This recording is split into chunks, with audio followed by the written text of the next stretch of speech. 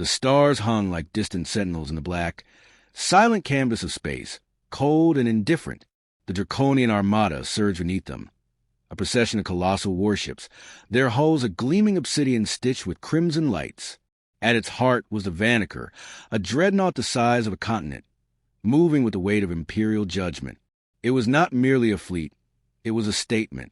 The Draconian Empire had grown tired of diplomatic maneuvers and border skirmishes. Now, it sought to remind the galaxy of fear. Admiral Vurek stood motionless at the observation deck, his silhouette cut sharp against the glow of the starfield. His golden scales shimmered in the artificial lighting, a mark of his noble lineage and combat prestige. A tactician by training and a warrior by instinct, Vurek had led campaigns that had shattered rebellions across 3 sectors. Yet his violet eyes narrowed not with pride, but with calculation. The silence that met their advance through the neutral systems was too pristine. The humans had not responded to the Empire's latest territorial declaration. Not with resistance, not with retreat. Nothing at all, and that to Vurek was the loudest warning of all. "Still no transmissions?" he asked. Commander RHY's voice came clipped through the deck comms. "None, sir. All human channels remain dark. Passive scans show abandoned outposts along the Epsilon relay." Vurek turned, pulled back the scout wings, collapsed the formation. If the humans aren't talking, they're watching. He knew the human species well. Too well. Their rise had been meteoric. Barely a century ago, they were huddled in their home system, obsessed with internal borders and politics.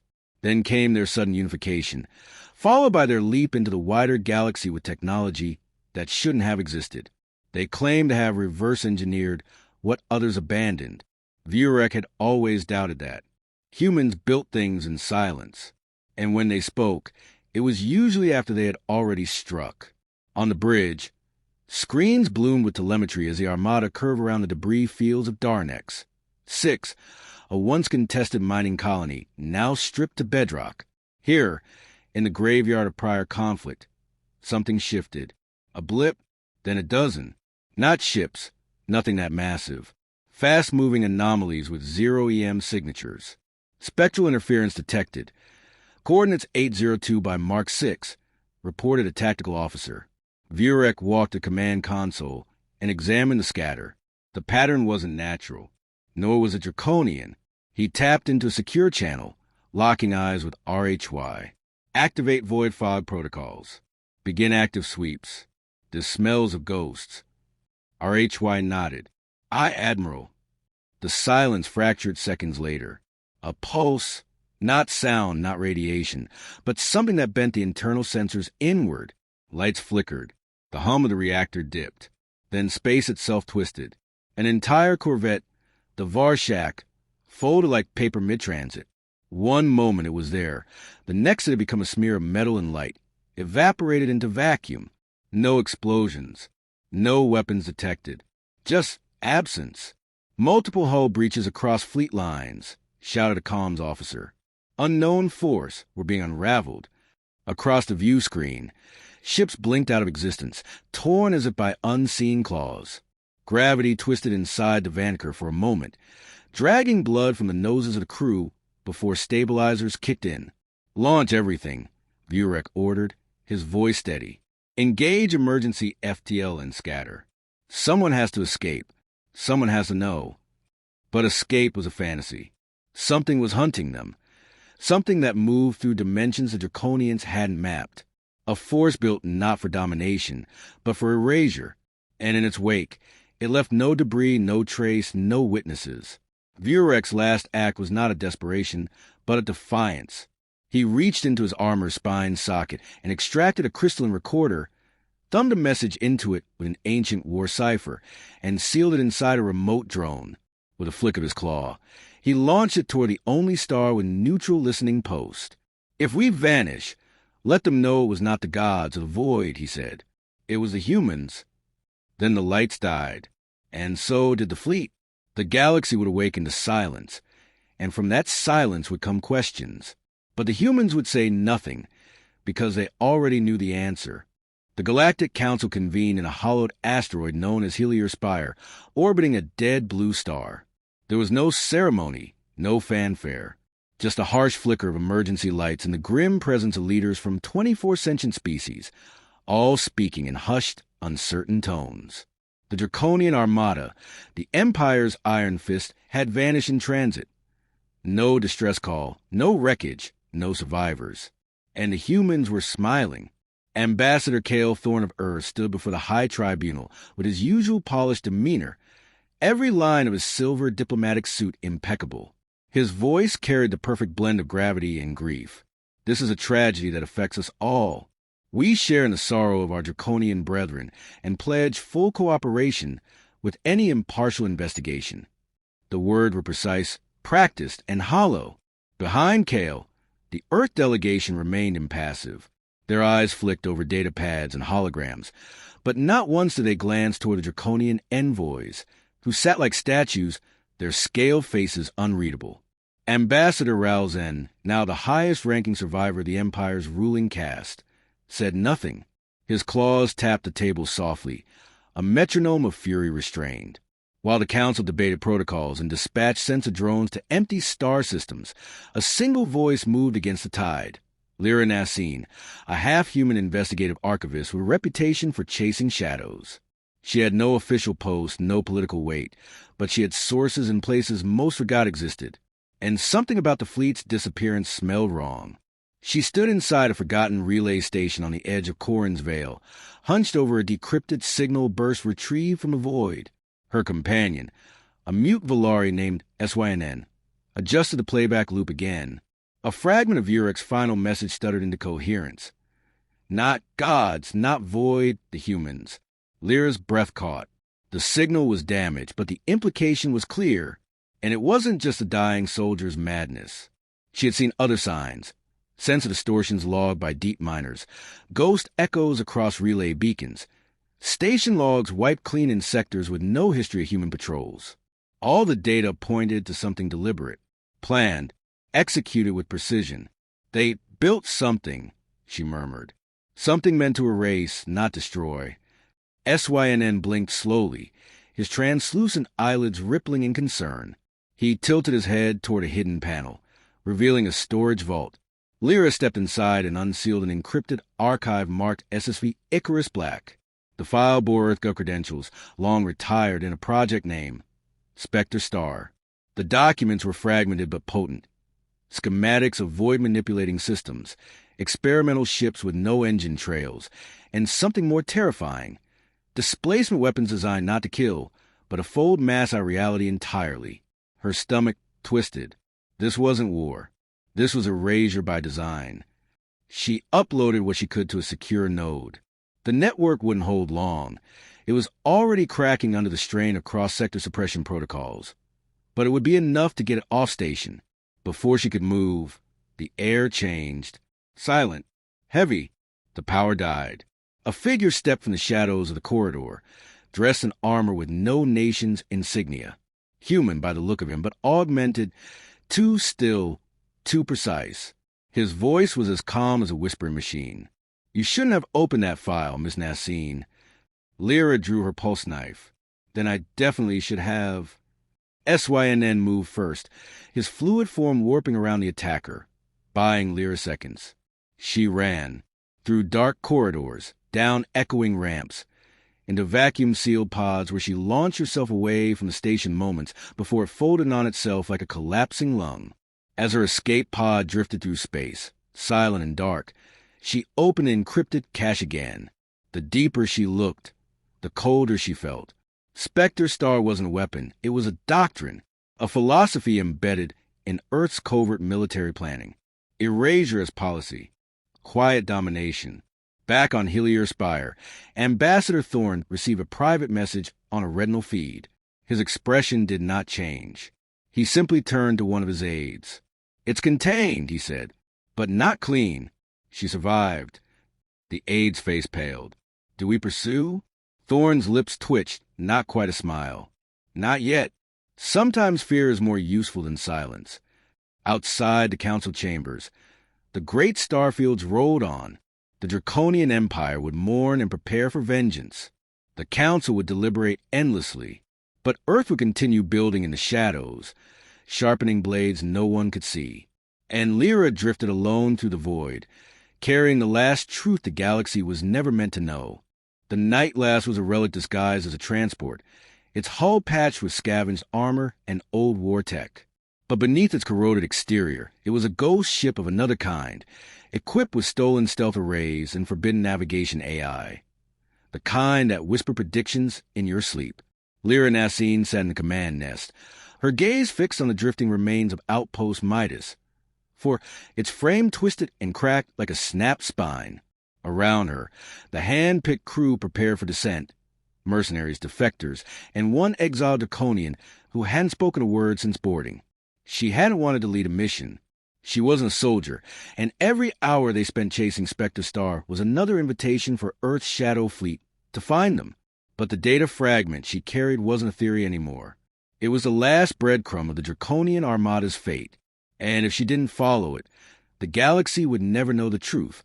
Rex Danner, the former Earth naval engineer turned rogue, floated beside her, magnet boots off, arms crossed. His voice held the rough edge of regret and contempt. "You sure this is a place? Looks like a graveyard." Lira didn't look at him. "It is, and it's where the readings lead."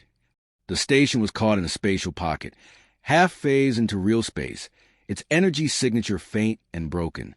The kind of anomaly no normal vessel would detect. Inside, things were worse. Metal warped unnaturally. Gravity rippled inconsistently. The laws of physics felt tentative, like the place existed on borrowed terms. They moved in silence, each footstep echoing too loudly. The interior bore no signs of violence. No blast marks, no blood, no struggle. Just stillness. Machinery frozen mid-function. Terminals displaying nonsensical data. Time stamps looping in corrupted cycles. Then the Draconian found something. His name was Kryvax, though he never gave it. Lira had pulled it from an old campaign dossier. He motioned toward a sealed data vault, embedded in a chamber wall that pulsed faintly with residual heat. Inside, a preserved recording. They gathered around as it played. Admiral Vurek's face flickered to life, grainy but unmistakable. "To whomever finds this, know that we were not defeated. We were rewritten. The humans have mastered void shift weaponry, something beyond kinetics or energy. They've learned to remove us from existence. It's not war. It's precision extinction." Static flared, then a different voice interrupted. A human voice, weary but determined. "This is Commander Elena Rourke, Spectre Division. If you're hearing this, then we failed to wipe it all. No, this wasn't born of hate. We had to ensure survival. There was no room for another empire. So we unmade it." The feed died. No one spoke for a moment. Even Danner, ever cynical, looked shaken. Lira exhaled slowly. They didn't just hide the truth. They confessed to it and buried the confession under ghost systems. Kryvax snarled softly, "This is genocide." Rex shook his head. "No, it's worse. It's ideology." They returned to the Night Glass without incident, but the silence weighed heavier than before. Lira uploaded the footage to a deep-coded channel set to burst through a chain of dead nodes she had prearranged. It wasn't enough to uncover the truth. It had to survive telling it. The ship AI pulse read. Anomalous contact. Not weapons, not a ship, something else. A displacement field was blooming around them, bending light, energy, and probability. "They found us," Danner growled. "Spectre tech." Lira's heart pounded. "Evasive maneuvers. Activate the jump drive. We can't fight what isn't fully real." Kryvax planted his claws into the deck for stability as the ship trembled. Outside, the void shimmered like water. Shapes flickered in and out. Partial hulls, glinting steel, eyes that weren't eyes watching from impossible angles. One of the crew screamed as the deck beneath them phased. He was gone. No explosion. Just gone. The jump drive powered up, the AI howling a warning of spatial integrity decay. Lira gripped the console and yelled, "Now!" The night glass jumped. It tore through space like a needle through fabric, bleeding sparks and fractured code. The crew staggered in silence once the transition ended. Systems were failing, navigation scrambled, but they were alive, and the data was intact. In the dark, Lira stared at the projection of Rourke's confession. A human commander who had believed in an unthinkable solution, who had implemented extinction as policy, not for power, but for peace. It was a logic colder than war. She closed her eyes. They were no longer chasing shadows. Now, they were being chased by them, and the universe was beginning to stir.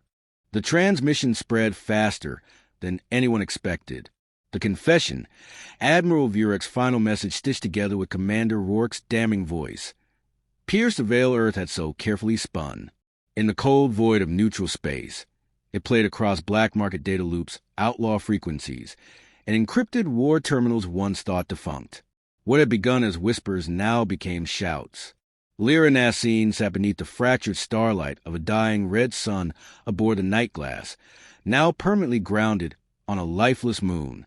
The ship could no longer jump. Its core was too unstable. Half the systems were cannibalized to maintain the secure uplink transmitting the truth to whoever was still willing or able to listen. But she didn't care. The story was out. And sometimes a story was more dangerous than any weapon. Kryvac stood nearby, armor dulled with dust and time, staring at the horizon that bore no life. His kind had no word for vengeance. It was beneath them. What he sought was balance, not retribution, but remembrance. They won't admit it, he said finally. The humans, they'll spin this into something else. A rogue unit, a misinterpreted signal, a diplomatic failure. Lira didn't look up. They might, but it won't matter. The Council has the evidence, and the Draconians have the motive. Rex Danner emerged from the inner hull, eyes shadowed with fatigue. He carried the last data node, encrypted, mobile, designed to survive atmospheric entry and deep space transmission alike. He placed it in front of her, without a word. The beacon's ready, he said. Once you activate it, we can't hide anymore. We already can't, she replied softly. Earth knows where we are. They're just deciding what we're worth. For the first time, there was fear in Rex's expression. You think they'll send the Spectres again? I think, she said, standing, they'll send something worse. Diplomats. Lira took the node and approached the launch port, her fingers brushing the interface. Once activated, the beacon would bounce a core data packet across surviving outposts, each one guaranteed to mirror and store the truth. Even if Nightglass was buried, the story would live, and stories had a way of reshaping stars. Just as she activated it, a new signal struck them. Tight beam, high compression, direct from Sol. Not an attack. A message. It was Cale Thorne. He appeared on the flickering monitor, as composed as ever, though there was a tension in his jaw that hadn't been there weeks ago. Miss Nascene, he said, you caused quite a stir. She didn't answer. He continued, unfazed. The Council is convening an emergency summit. Earth has, of course, denied any knowledge of Spectre Star, but some among us believe damage control is futile. You're here to threaten me? She asked. No, Thorne said. I'm here to offer you something. Rex scoffed in the background. Here it comes. Thorne leaned in, expression unreadable. What you've done will not go unanswered. War is coming, slow or fast. It doesn't matter. And Earth will not be caught off guard again. But you, Lira, you have leverage. You become a symbol. I didn't ask for that, she said. No one does, Thorne replied. That's why it matters. We're offering sanctuary. Silence. A permanent place, somewhere far, where this never happened. You disappear, and so does your war. Kryvac stepped forward, but Lira raised a hand to stop him. She looked directly into the transmission. Your people erased an entire fleet. An empire. You didn't just kill, you unmade history. And now you're afraid of what happens when someone remembers. Thorne's face twitched, barely a flicker. You think they'll thank you? The Council? The fractured remnants of the Draconian clans? The Rimworld traders who bought human tech to survive? You think they'll rally behind the inconvenient truth? No, she said. I think they'll listen. With that, she terminated the transmission. Silence returned. Only the soft blink of the beacon remained, pulsing like a heartbeat in the dark. Rex sighed. So what now? Lyra looked out at the dead sky, her voice low. Now we wait. They'll come, both sides. One to kill us, one to use us. We'll see who gets here first. The moon remained silent, but somewhere across the stars, the balance had shifted. The Draconian Empire stirred from its grief. The Council splintered into factions, and the humans, those architects of silence, began preparing for a war of memory. The truth was alive now, and it would not vanish.